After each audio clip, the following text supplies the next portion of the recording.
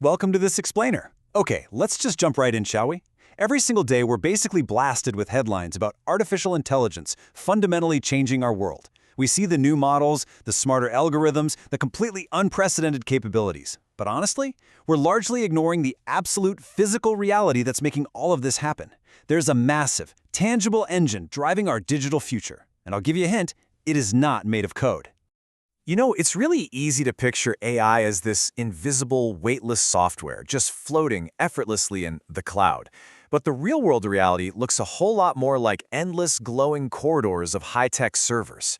These massive data centers are the actual physical homes of AI, and man, are they power-hungry. In fact, because of the massive surge in AI development that's kicked into overdrive recently, these data centers are expected to chew through up to 14% of total US electricity by the year 2030. That is just a staggering jump from where we are today. So that brings us to a really fundamental question. What physically makes this AI revolution possible? Seriously, think about what physically grounds all this shiny, futuristic technology in the real world of dirt, mining, and physics. We have to generate all that electricity, sure, but more importantly, we have to move it from where it's created, directly into those server racks, and eventually out to all of your devices. Well, meet the hidden engine making it all happen, copper. It's an ancient metal, right? But it has this unmatched conductivity, second only to silver, that physically connects our modern digital intelligence to the electrical grid. We've actually been relying on it ever since Thomas Edison laid down his first 80,000 feet of wire back in 1882. Today, every new megawatt of power and every new line of digital code ultimately depends on these twisted, conductive arteries. Section 1. The AI Copper Connection. For decades, copper has been so foundational to our core economy that it actually earned a medical degree.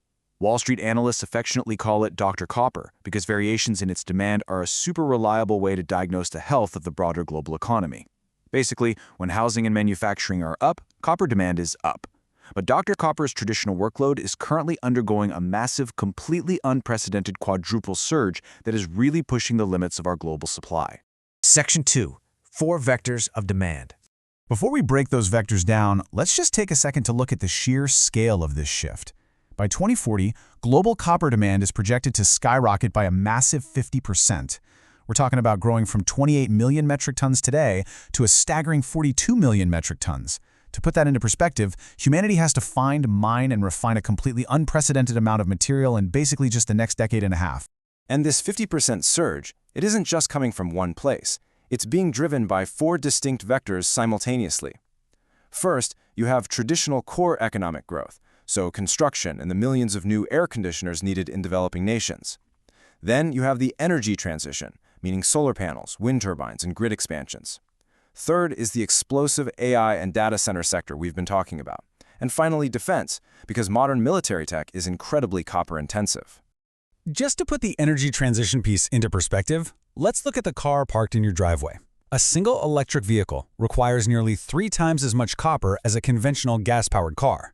That is 2.9 times more copper just to get you from point A to point B, which perfectly illustrates the heavy physical material cost of global electrification.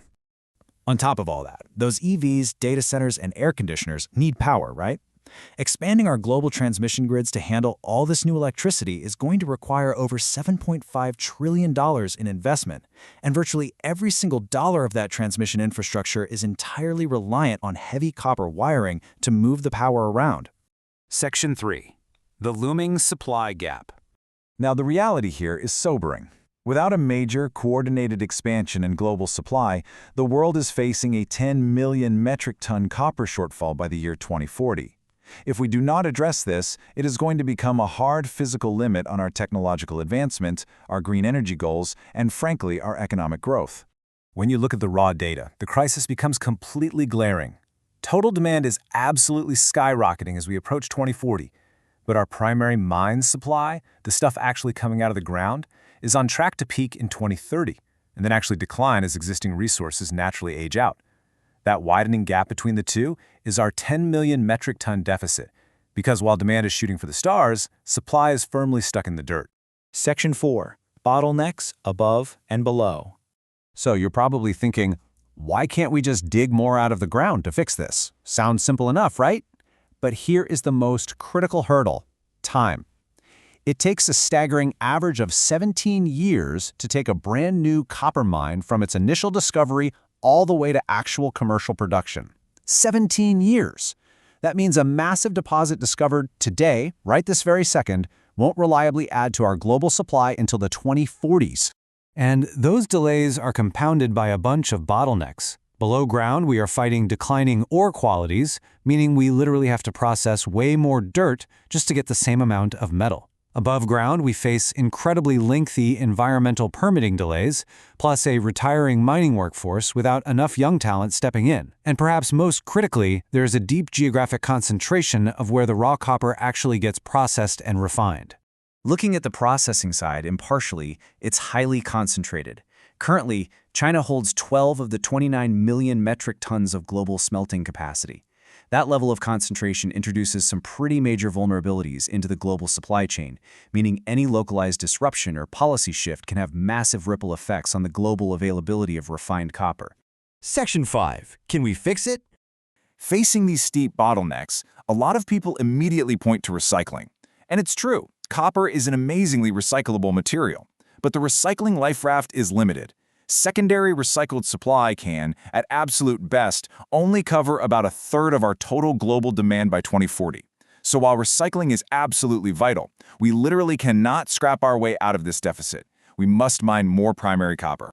Governments are definitely waking up to this reality, though. Recognizing these very real supply vulnerabilities, the U.S. officially designated copper as a critical mineral in late 2025. That was a monumental shift. It means copper isn't just viewed as an industrial commodity anymore. It is now officially treated as a core matter of national security, defense readiness, and economic survival. So, the only way to close this gap requires massive, coordinated investment across multiple fronts simultaneously. We have to streamline and accelerate mine development. We need to actively expand and diversify our refining hubs to reduce those bottlenecks. We must enhance our recycling collection, and we need real innovation to solve the mining industry's talent gap, and we need it right now. Which leaves us with a massive question to ponder as we wrap up this explainer. We are sprinting toward this incredible, AI-powered, electrified tomorrow. The software is ready, the ambition is there. But will we secure the ancient metal physically required to build it? Will copper remain the invisible enabler of human progress? Or is it destined to become the ultimate physical bottleneck to our digital future? Thank you so much for joining me today, and I really hope this gave you a solid foundation on what might just be the most important material challenge of our lifetime.